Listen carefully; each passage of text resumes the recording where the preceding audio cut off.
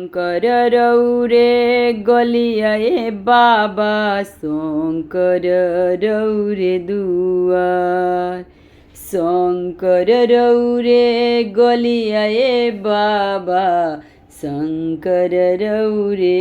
दुआर हथियाइली पियासले बाबा पोखरा दिन खोनाय हथियाइली पियासले बाबा पोखरा दिन खोनाय काई उनकर खैनिए बाबा काई कैनी उधार काई उनकर खैनिए बाबा काई कैनी उधार कवन कारणमा ए बाबा साजन छेके दुआर कवन कारणमा ए बाबा साजन छेके दुआर पानमा उनकर खैनिए बेटी फुलवा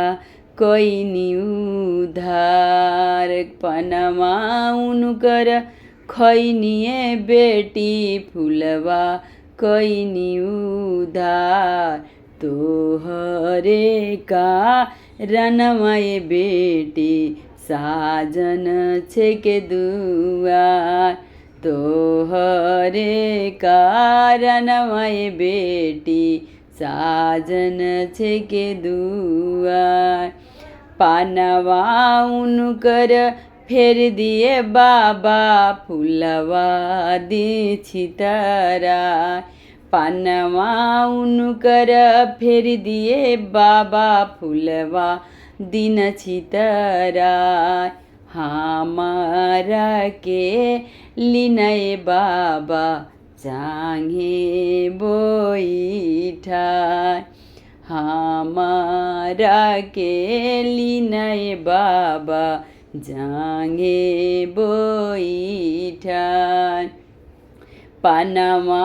उनकर फेर बोए बेटी फुलवा देवो छितराय पानमा उनकर देवो ए बेटी फुलवा देवो छितराय तोहरा के देवो ए बेटी हमहूँ कन्यादान तोहरा के देवो ए बेटी माड़ो बैठा तोहरा के देवो ए बेटी पौआ पखा।